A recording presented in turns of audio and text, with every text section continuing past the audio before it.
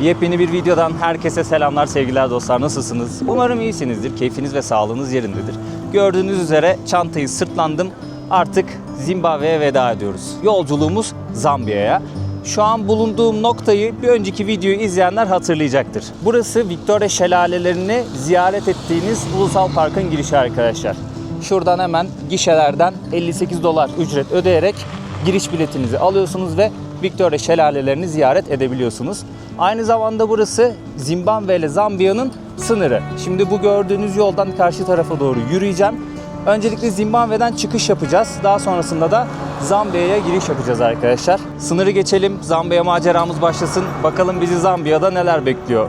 Zimbabwe'de başıma gelenleri biliyorsunuz. Bakalım Zambiya tarafında neler olacak. Çok merak ediyorum dostlar. Türkiye'nin lider su arıtma markası İhlas Aurosebelio'nun sponsorluğunda videomuz başlıyor.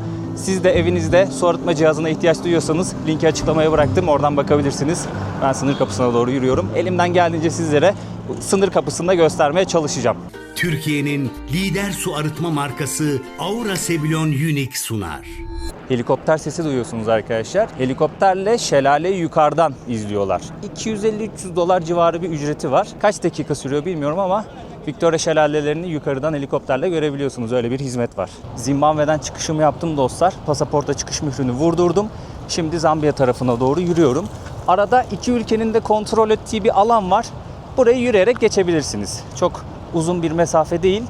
Hemen taksici abiler bekliyor Zimbabwe çıkışında. Gel seni bırakayım diyor diğer tarafa ama zaten yakın bir mesafe. Yani ola ki yolunuz buraya düştü. Yürüyebilirsiniz burayı. Bir de polis memuru şunu sordu. Dönecek misin tekrar dedi. Ben de dönmeyeceğim, Zambiya'da kalacağım dedim. Büyük ihtimalle şundan sordu. Bazı turistler gelip buradaki köprüyü ziyaret ediyorlar.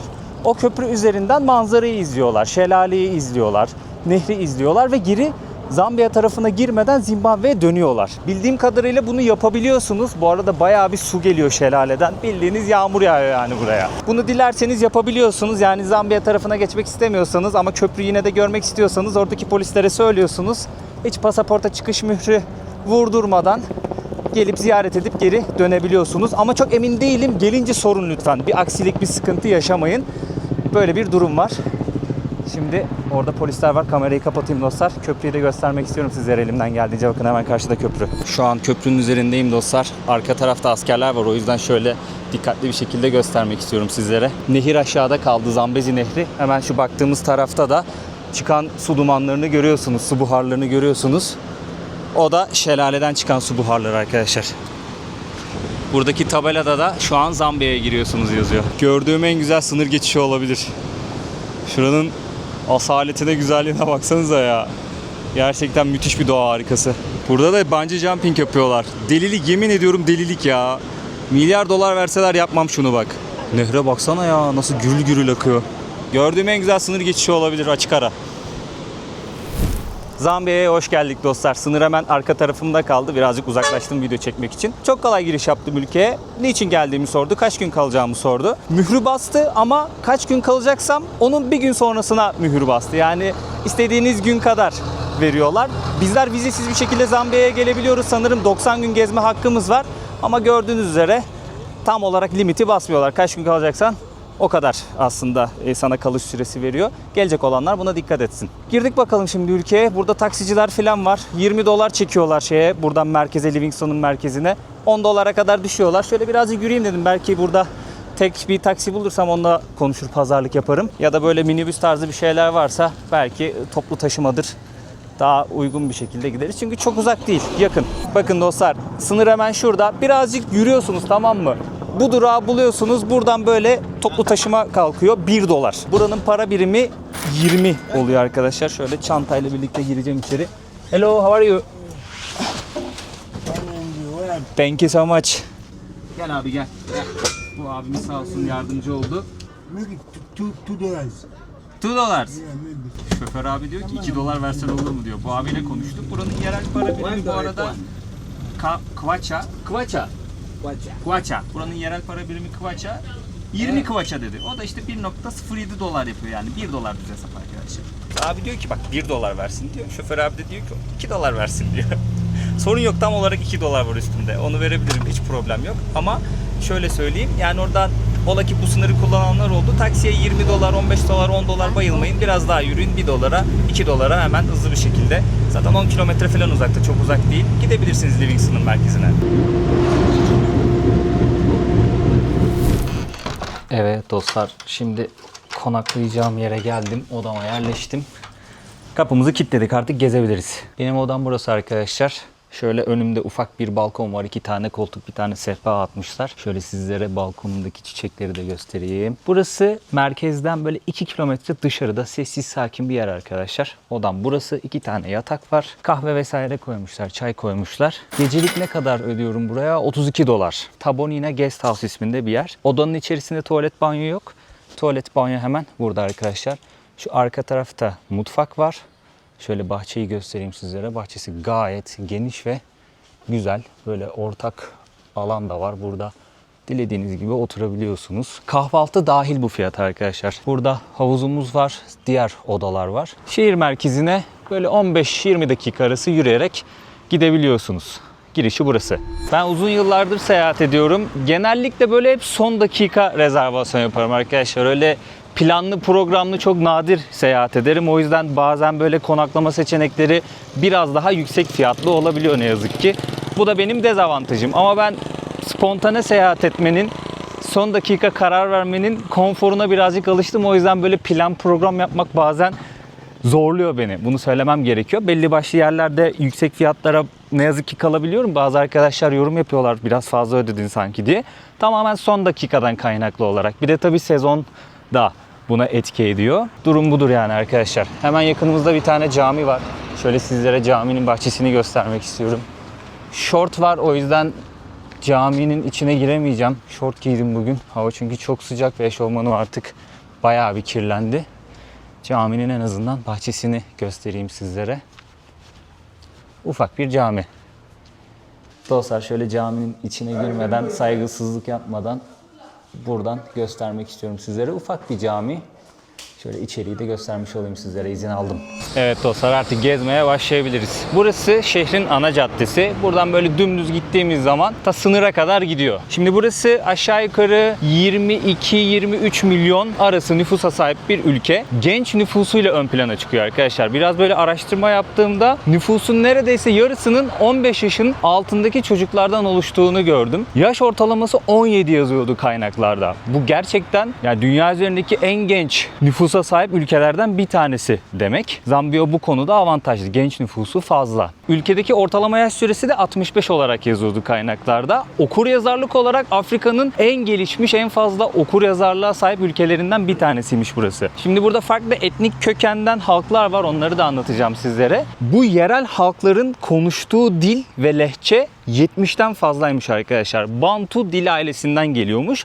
Fakat ülkenin resmi dili İngilizce. Ülkenin para birimi kıvaç arkadaşlar. Şöyle göstereyim sizlere. Elimde 200'lük bir banknot var. Burada yol üzerinde bir tane döviz ofisi buldum. Orada bozdurdum. 1 doları 18 kıvaçadan bozdu. Sokakta birkaç kişi gördü beni. Sokakta da bozuyorlar, kara borsada. Onlar da böyle 20 civarı falan bozuyorlar. Şimdi sokaktakine daha net alışamadığım için ülkeye güvenilir midir, sahte para kakalar mıdır?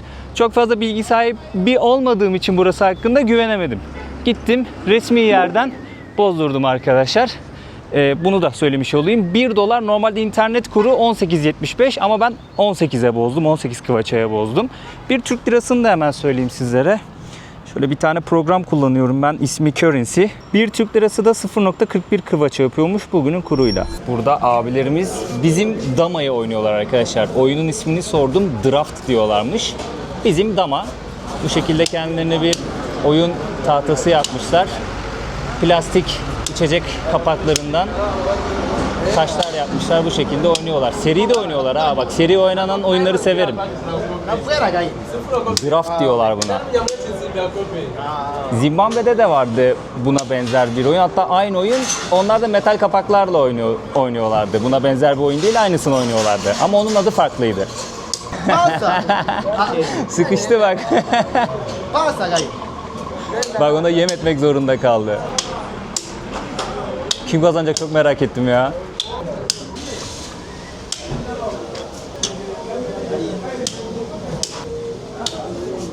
Üçe 2 kaldılar. Soldaki abi avantajlı gibiydi ama sağdaki abi avantajı kaptı şimdi. Ha, berabere. No win. Berabere bitti oyun. Dostluk kazandı. Dostlar, burası da Livingston şehrinin merkezi. Burada farklı etnik kökenden halklar yaşıyor dedim ya, şimdi onları size söylemek istiyorum. 72 farklı etnik köken yaşıyormuş arkadaşlar burada. Halkların isimlerini not ettim arkadaşlar, yanlış söylemek istemiyorum. Bemba halkı varmış. Ülkedeki en büyük etnik grupmuş arkadaşlar bunlar. Daha sonrasında Tonga halkı varmış, Malawi halkı varmış ve Lozi halkı varmış. Bunlar ülkedeki en kalabalık etnik gruplar, halklar. Toplamda 72 etnik köken grup burada yaşıyor ve tabii dilleri var, kendi kültürleri var. Thank you. Taksici abi gel gidelim diyor da. Böyle bir ülkeden bahsediyoruz. En önemli şey de barış içinde yaşıyorlarmış. Yani Zambiya'daki bu yerel halkların birbirleriyle olan iletişimi, barış içinde yaşaması birçok ülkeye böyle örnek alınası seviyedeymiş arkadaşlar. Bunu da notlarım arasına ekliyorum. Ana caddenin üzerinde sağlı sollu böyle dükkanlar, restoranlar, kafeler, devlet binaları, bankalar, her şey buranın üzerinde arkadaşlar. Ve belli başlı noktalarda böyle alışveriş merkezleri gibi yerler yapmışlar. İnsanlar da ihtiyaçlarını gidip oradan karşılıyorlar. Keza böyle dükkanlar var. Buralardan da karşılıyorlar. Şimdi buranın ismi Livingston. Şöyle bir hikayesi var. Bir önceki videoda neredeydik biz? Victoria Şelalelerindeydik arkadaşlar. Victoria Şelalelerini gören ilk Avrupalı kişinin ismi David Livingstone. Onun adını vermişler buraya. Zimbabwe'deki o kasabayı da, şehri de hatırlıyorsunuz. Victoria Falls'ta oranın ismi. Dönemin kraliçesinin adını vermişlerdi o şehre. Buraya da Victoria Şelalelerini gören ilk Avrupalının adını vermişler arkadaşlar. Bu şekilde onurlandırmışlar. Bundan da bahsetmiş olayım. Belki o bağlantıyı kuranlarınız vardır bir önceki videoyu izleyenler. Çünkü hikayeyi anlatmıştım. Victoria Şelalelerini de burada gidip görmek istiyorum, ziyaret etmek istiyorum. Sınıra doğru gideceğiz, biraz şehrin merkezini gezelim, orayı da görürüz. Dostlar, biliyorsunuz bir süredir kanalımın bir sponsoru var. Türkiye'nin lider su arıtma markası İhlas Aurosebillon Unique. Aurosebillon Unique bir su arıtma cihazı. Musluktan sağlıklı ve güvenli bir şekilde su içmemizi sağlıyor. Öyle su bitti, hadi arayalım su gelsin, damacana gelsin, onu taşıyalım, böyle bir derdimiz yok arkadaşlar. Biz evde kullanıyoruz ailemle. Gayet de memnunuz. Yaygın bir servis ağı var. Herhangi bir sorun, problem yaşadığınız zaman, bir soru sormak istediğiniz zaman kendilerine rahat bir şekilde ulaşabiliyorsunuz. Amerikan Hijyen Vakfı onaylı NSF sertifikasına sahip arıtma cihazları. Su içerken belli başlı mineralleri almamız gerekiyor. Aurosebillon Unique bu mineralleri tamamen yok etmiyor arkadaşlar. Bu gayet güzel bir şey. Linki açıklamaya bıraktım. Oradan bakabilirsiniz. Şimdi gezmeye devam edelim. Dostlar, pazar yerinin oraya gittim. Bir tane abla çok sert bir şekilde beni tehdit etti. Dedi ki burada video çekmek yasak, fotoğraf çekmek yasak. Eğer dedi herhangi bir fotoğraf, video çekersen seni dedi polise ihbar ederim. Tamam dedim, ben de teşekkür ederim dedim. Ufaktan oradan sıvıştım arkadaşlar. Pazar yerinin yan tarafında bir tane böyle alan var. Orada minibüsler duruyor. Toplu taşımayı sağlıyor ufak minibüsler. Biliyorsunuz onları zaten. Şimdi de o minibüslerden birini atladım. 15 Kıvaça'ya geldim. Ulusal Park'ın girişine geldim. Şelaleleri ziyaret edeceğiz. Yapacak başka bir şey kalmadı şehrin içerisinde. Buradan biletimizi alalım şimdi. Pasaporta ihtiyaç yokmuş arkadaşlar. Giriş ücreti $20. Kıvaça karşılığı da 380 Kıvaça. Şöyle göstereyim sizlere. Bu ablanın yanında oturuyordum minibüste. Ben sana gösteririm dedi, yardımcı olurum dedi. Elinde bir şeyler var. Büyük ihtimalle onları satarak hayatını kazanıyor ablamız. What is your name? Miss Bernadette Lungu. Bernadette Lungu. Yeah. My name is Burak. Oh, Braki. From Turkey. Oh, from Turkey. Turkey. Burada Turkey demeniz lazım arkadaşlar. Aa. Tam olarak Turkey deyince anlıyorlar. Bak babuna bak. Çay of Bunlar böyle sevimli gibi duruyor, değişik duruyor, tamam mı? Ama birden böyle saldırabiliyor. Dikkat etmenizde fayda var. Birazcık hızlı arkadaşlar. Böyle uzaktan bakıyorsun, ana diyorsun, hareketlere bak ne kadar sevimli, birden agresifleşebiliyorlar. Burada da tehdit edildik polisle. Bak, Mozambik'te paramızı çordular. Orada bir sıkıntı yaşadık. Gittik Zimbabwe'ye, orada da birisi beni polise ihbar etti. Kardeşiniz çok sağlam bir şekilde sıvıştı oradan polislere yakalanmadan. Beni ihbar eden, sokakta polis polis diye bağıran abimiz orta yaşın üzerindeydi. Burada daha markete böyle giriyorum yani, tamam mı? Daha giriyorum, abla tak diye durdurdu beni. Tabii kamerayı falan kapatmak zorunda kaldım. Zaten yeni kayda başlamıştım. Çok sert bir dilde, sert bir tonda dedi polisi çağırırım. O da orta yaşın üzerinde bir ablamızdı, teyzemizdi. Dedim burada da polislik olmayalım ya. Girdim bir pazar yerine şöyle bir göz attım da konuşurken girişe de gelmişiz dostlar. Hello, how are you? This is my ticket. Okay. Should I write my name here? Yes, yes. Buraya girişe adımızı yazıyormuşuz. Good luck, my Thank you friend. so much. Enjoy the falls. See Dostlar, you later. Nikolas abiyle tanıştık. Tanışma sebebimiz de içeri girmeden yağmurluk almanız gerekiyor. Hatta burada böyle terlik vesaire de var. Bunun sebebi de kiralıyor bunu. 2 dolara kiralıyor. Böyle daha kaliteli olanları falan da var. Burada hem hediyelik eşya bakabilirsiniz hem böyle yağmurluk vesaire terlik kiralayabilirsiniz. Thank you so much Nikolas abi. Restoranlar falan da var burada. Bunun sebebi de ıslanacağız. Bayağı bir ıslanacağız dostlar. Görevli arkadaş uyardı. Bir an için unuttum ben. Hatırlıyorsunuz bir önceki videoda Victoria şelalelerini gezdiğimizde almıştık. Konuşamadım, boğuluyordum. Yağmurluk. Thank you so much. Welcome. Bu arada şunu da göstereyim dostlar. Lunar Rainbow yani lunar gökkuşağı akşam 6'dan sonra bu şekilde gözüküyormuş. Parkı ziyaret etmek istiyorsanız 25 dolar ödeyip bunu görebiliyorsunuz ama sanırım her gün olmuyor. Belli başlı günlerde. Şimdi içeriye girdik. Ne diyordum ya, pazar yerini anlatıyordum. Neyse işte tehdit edildik. Dedim polislik olmayalım. Zaten birkaç gün sonra gideceğim artık Afrika'dan. Burası Afrika'daki son ülkemiz arkadaşlar. Elim hiç sıkıntı çıkmasın. Pazar yerini gezdim birazcık. Köhne bir pazar yeri. Nasıl söyleyeyim size? İçerisi bayağı karanlık. Tezgahlar var. Havasız. Bir şeyler satıyorlar ama öyle meyve sebze vesaire ilginç bir şey yoktu açıkçası. Onu söyleyeyim yani. Burada da Livingstone abimiz mi bu? Neymiş bunun adı? Aynen. Doktor Livingstone. Bu abimiz ilk defa görüyor. Avrupalı. Cümleyi kuramadım ya. Avrupalı olup bu şelaleyi ilk gören kişi ha. Buradaki yerliler zaten biliyorlar şelaleyi. Korkuyorlar, böyle mistik bir güç olarak bunu algılıyorlar. Bunun sebebi de aha da bu dostlar. Yani o dönemlerde şöyle bir şeye şahit olduğunuzu düşünün. Hiçbir teknoloji yok. Anlamaya çalışıyorsunuz, anlayamıyorsunuz. İnanılmaz gür akan bir şelale, inanılmaz güçlü bir nehir ve şöyle bir su buharı çıkıyor. Yani insan çekinir, anladın mı? Korkar yani. Bu insanlar da korkmuşlar, buradaki yerliler. Mosi Oa Tunya demişler. Gürleyen duman demişler ve mistik bir güç olarak buna inanmışlar arkadaşlar. Bak içeri girdik, hemen neredeyse yarı fiyatına burada yağmurluk kiralıyorlar. 25 kvaçaya yağmurluk kiralayabiliyorsunuz arkadaşlar. Ben 40 ödedim. Burada da böyle terlikler var, şemsiyeler var. Aklınızda bulunsun. Afrika seyahatimizde bol bol sömürge tarihinden bahsettim arkadaşlar. Buranın ismi, bağımsızlığını kazanmadan önceki ismi Kuzey Rodezya'ydı. Hatırlıyorsanız Güney Rodezya'da Zimbabwe'ydi. Bağımsızlık kazanıldıktan sonra sömürgenin izlerini silebilmek için, o acı tarihi unutabilmek için ortak bir isimde karar kılıyorlar arkadaşlar. Bu arada birazdan kamerayı kapatacağım çünkü bak yağmur gibi, görüyorsunuz değil mi suları? Ta buraya kadar geliyor. Ortak bir isimde buluşmuşlar arkadaşlar buranın yerli halkları. Zambiya ismini vermişler. Peki bu Zambiya ismi nereden geliyor? Birazdan göreceğimiz Zambezi nehrinden geliyor arkadaşlar. Buranın yerel dillerinden biri olan Tonga dilinde nehirlerin anası ya da büyük nehir anlamına geliyormuş. Böyle bir ortak isimde buluşmuşlar. Çok da iyi yapmışlar.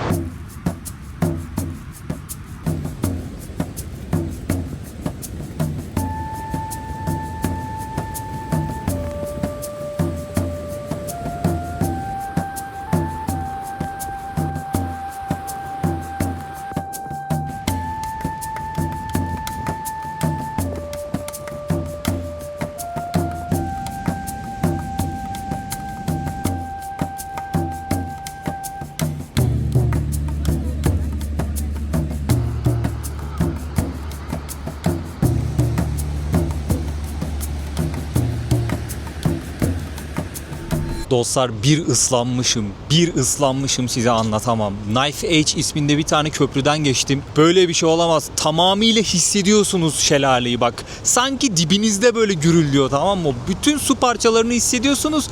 Sağanak yağış şeklinde köprünün üzerine geliyor bütün o çıkan o su buharları, su dumanları. Yani böyle bir şey olamaz. Zimbabwe tarafında çok güzel manzara izledik. Yer yer ıslandık da, belli başlı bölgelerde böyle sağanak yağış gibi ıslandık da, ama Zambiya tarafında net hissediyorsunuz yani şelalenin gücünü. Ben böyle bir ıslanma yok ya. Gerçekten Zimbabwe tarafında böyle bir ıslanma yoktu mesela. Şimdi de köprüye geldim arkadaşlar. Hatırlıyorsanız bu köprünün üzerinden geçtik. Şu karşı taraf Zimbabwe. Oradan yürüyerek geldik. Köprümüzden geçtik. Zambia'ya girişi yaptık arkadaşlar. Belli başlı noktalarda zaten Zimbabwe'yi görüyorsunuz. Bu da o noktalardan bir tanesi. Şubat'la Mayıs arası, belki Mayıs'tan sonraya da birazcık sarkıyordur, en şiddetli, en gür aktığı dönem arkadaşlar şelalenin. Yani tonlarca su boşalıyor aşağı. İnanılmaz bir güç, inanılmaz bir ambiyans oluşuyor. Yani hayran olmamak elde değil açıkçası. Dünya üzerinde gördüğüm en çarpıcı yerlerden bir tanesi. Açık olarak söyleyeyim arkadaşlar. Umarım buraya gelip görme şansınız olur, ziyaret etme şansınız olur. Ben ne kadar anlatırsam anlatayım boş. Kesinlikle bunu hissetmeniz gerekiyor. Yani o köprünün üzerinden yürümeniz gerekiyor arkadaşlar. Zambiya tarafı şelalenin 1/4'ini falan görüyor ama onun gördüğü manzara da farklı. Şöyle sizlere Zambiya tarafının da manzarasını göstereyim. Ola ki buraya gelmek isteyenler olur. Bir rehber niteliğinde olsun bu videolar. Bir önceki videoya da mutlaka bakın ama. Buranın oluşma hikayesi de milyonlarca yıl öncesine dayanıyor arkadaşlar. Volkanik faaliyetlere dayanıyor. Burada oluşan volkanik faaliyetler sonucu bir tabaka oluşuyor arkadaşlar. Zambezi Nehri bu tabakayı yara yara, o çatlakları yara yara kendine bir yol açıyor. Erozyon oluyor, kanyon oluşuyor, şelale oluşuyor, nehir kendine bir yol yatağı yapıyor. Ve şu an bugünkü görünümünü alıyor arkadaşlar. Belki bundan 100 yıllar, milyonlarca yıl sonra çok farklı bir görüntü oluşacak. Onu tabii ki de bilmiyoruz. Belki bilim insanları bu konuyu da araştırıyordur. Dostlar, hem şehirde hem de şelalenin burada hediyelik eşya dükkanları var. Buradaki abiyle tanıştık. Bana Victoria şelalelerinin sembolünü ve hikayesini anlattı. Şöyle göstermek istiyorum sizlere. Victoria şelalesi dedi, çok ufak bir noktadan başlıyor dedi. Nehir çok ufak bir noktadan akmaya başlıyor dedi. Gitgide büyüyor dedi. Bu kıvrım onu temsil ediyor arkadaşlar. Şöyle göstereyim. Daha sonrasında bir noktada daireler çizmeye başlıyor su. Yani bildiğiniz hortum oluşturuyor suyun içerisinde. Bu yuvarlak da onu temsil ediyormuş. Şu göz Livingstone adasını temsil ediyormuş. Dedim peki bu canavar neyi temsil ediyor abi? Timsahla yılanın karışımı. Onun hikayesini tam olarak anlayamadım. Timsahla yılanın karışımıymış arkadaşlar. Böyle bir hikayesi var. Niyama niyama diyorlarmış buna. Şöyle yine bir boşluk ağız görüyorsunuz. Yani hikaye şu. Küçük bir noktadan başlıyor. Ne kadar güçlü bittiğini anlatıyor. Dostlar, şelaleleri ziyaret ettik. Şimdi Livingstone'un merkezine döndüm ama burada böyle biraz ara sokaklarda gezelim istiyorum. Arka mahalleleri de göstermek istiyorum sizlere. Yolda taksici abi birden böyle arabayı durdurdu. Bize bir yeri işaret etti. Lan ne oluyor falan derken bir baktık filler var arkadaşlar. Yolun kenarında filler bir şeyler mi arıyorlardı yemek için, öyle takılıyorlar mıydı bilmiyorum ama filleri gördük arkadaşlar. Gayet güzeldi, keyifliydi. Akşam olduğu zaman belli başlı hayvanları böyle yol kenarında görebiliyormuşsunuz. Öyle bir şansınız varmış ama hava kararmaya yakın genelde ya da hava karardıktan sonra geliyorlarmış. Kendilerini daha güvende hissediyorlardır tabii ki. Şimdi böyle ara sokaklarda yürürken buranın ekonomisinden birazcık bahsetmek istiyorum sizlere. Zambiya dediğimiz zaman ekonominin temel taşının madencilik olduğunu görüyoruz arkadaşlar. Bakır buradaki ihracatın %70'inden fazlasını oluşturuyor. Keza kobalt da oldukça değerli arkadaşlar Zambiya için. Kullandığımız akıllı telefonlarda ve elektrikli araçlarda bakır talebi artıyormuş arkadaşlar. Bundan kaynaklı olarak Zambiya birazcık avantajlı konumda. Üretimi yıllık 1 milyon tonun üzerine çıkarmayı hedefliyormuş. Şimdi bunun da en büyük alıcısı belki de Çin diyebiliriz. Afrika'ya geldiğimden beri şunu fark ettim. Çok fazla Çinli var arkadaşlar burada. Ve buraya tatil yapmaya gelmiyorlar, gezmeye gelmiyorlar. İş yapmaya geliyorlar. Köhne yerlerde bile iş yaptıklarını görüyorsunuz arkadaşlar Çinli firmaların. Bunun sebebi de şimdi Avrupalılar buradaki belki de madenlerin çoğunun sahibidir. Bilmiyorum bunun oranını ama bazıları batma noktasına gelmiş, zarar etme noktasına gelmiş. Artık kar üretemiyor ve bu madenleri elden çıkarmak istiyor. Çin burada devreye giriyor arkadaşlar. Bu madenleri satın alıyor, işletiyor ve buradaki o çıkardığı değerli ürünü kendi ülkesine götürüyor. Ve bu artı değer onlar için. Çünkü Çin elektrikli araç olsun, böyle telefon vesaire teknolojik şeyler olsun, yeşil teknoloji dediğimiz o ürünleri artık daha fazla üretmeye, bunun üstüne daha fazla düşmeye başladı. Bundan kaynaklı olarak Afrika'daki bazı madenlere de ihtiyaç duyuyor. O yüzden Afrika'daki maden piyasasına girmiş durumda şu an Çin hükümeti. Bunu bankalar aracılığıyla yapıyor. Şimdi Çin hükümeti bazı Afrikalı ülkelere hibe veriyor. Bunun yanı sıra Çin bankaları buradaki ülkelere kredi açıyor arkadaşlar. Ama şöyle diyor, bizim firmamız diyor oraya gelip altyapı işleri yapacak, herhangi bir iş yürütecek. Biz de diyor hani parasını vereceğiz. Daha sonrasında yani işletmesini mi artık bunlara bırakıyor, onu tam olarak anlayamadım ama yine kendi ülkesindeki şirketleri buraya iş yapması için Afrika ülkelerini ikna ediyor ve o şekilde kredi açıyor arkadaşlar. Kazan kazan durumu oluyor aslında Çin için. Tabi buradaki ülkelerde şöyle diyor, ulan en azından altyapımız yapılıyor. İşte temiz suya ulaşıyoruz, yollara ulaşıyoruz, hastaneler olsun, okullar olsun, limanlarımız düzeliyor vesaire vesaire, bu tarz böyle altyapılara ulaşıyorlar. Ve tabii mutlaka bir gelir de elde ediyorlardır. Zambiya için de bu durum geçerli arkadaşlar. Bakır ve kobaltta Zambiya oldukça avantajlı durumda. Bunun yanı sıra turizm var ülkede. Şimdi Victoria şelalelerini insanlar gelip görüyorlar. En büyük turistik aktivite safari ve Victoria şelalelerini görmek. Ama sadece burada kısıtlı, anladın mı? Bunun dışında çok fazla bir seçeneği yok gelecek olan turistlerin. Bunun yanı sıra tarım var ülkede. Oldukça önemli tarım. Ama tarım yapan insanların da çok ciddi olarak yoksulluk çektiğini görüyoruz. Belki hala böyle ilkel koşullarda tarım yapıyorlar. Bu şekilde Zambiya ekonomisi ayakta kalmaya çalışıyor arkadaşlar. Ama ülkenin geneline baktığımız zaman çok ciddi bir yoksulluk görüyoruz ve gelir adaletsizliği görüyoruz. Zambiya'nın da temel sorunlarından bir tanesi bu. Barış içinde yaşıyor insanlar ama yoksulluk var, gelir adaletsizliği var, bazı şeylere ulaşamama durumu var. Zambiya'da bunlarla boğuşuyor arkadaşlar. Ekonomik olarak kalkınmaya çalışıyor, ileri gitmeye çalışıyor, enflasyonu düşürmeye çalışıyor ki geçtiğimiz senelerde bunu başarmışlar. İstedikleri seviyeye doğru çekmeye başlamışlar. Bakalım önümüzdeki süreçte Zambiya hükümeti artık nasıl bir yol izleyecek enflasyonu düşürme noktasında ve başarılı olabilecek mi? Bunun yanı sıra Zambiya'nın tarihine baktığımız zaman aslında bir önceki gezdiğimiz Afrika ülkeleriyle aynı kaderi paylaşıyor. Burada yerleşik halklar var. Kendi içlerinde belli mücadeleleri var. Daha sonrasında sömürgeciler buraya geliyor. İngilizler gelmişler. Burayı sömürüyorlar ve bir bağımsızlık mücadelesi başlıyor. Ve kendi bağımsızlıkları için savaşıyorlar arkadaşlar. Bağımsızlıklarını da kazanıyorlar. Ama şu an mesela ne kadar bağımsız? Soru işareti. Bunu her ülke için sorabiliriz mesela. Ülkeler ne kadar bağımsız? Altyapı sorununun çok ciddi olduğunu görebiliyorsunuz Afrika'da. Yol yok, doğru düzgün okul yok. Varsa bile çok fazla eksikleri var. Hastane keza öyle. Varsa bile çok fazla eksikleri var. İnsanlar temiz suya ulaşamıyor. Hijyen olayı soru işareti. Yiyecek, içecek vesaire bunlara ulaşmak gerçekten çok zor. Bunun dışında mesela liman var diyelim. Liman yetersiz, ithalat, ihracat olayı sınırlı kalıyor. Keza yollar böyle olduğu için lojistik çok büyük sıkıntı.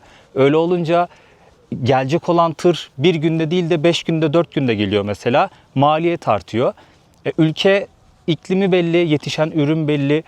Yetişen ürünü bir şekilde kullanıyorlar ama ve lakin dışarıdan gelecek olan ürünün fiyatı artıyor lojistikten kaynaklı olarak vesaire vesaire derken Afrika ülkeleri de genel olarak bu altyapı sorunu çok ciddi olarak göz önüne çarpıyor arkadaşlar.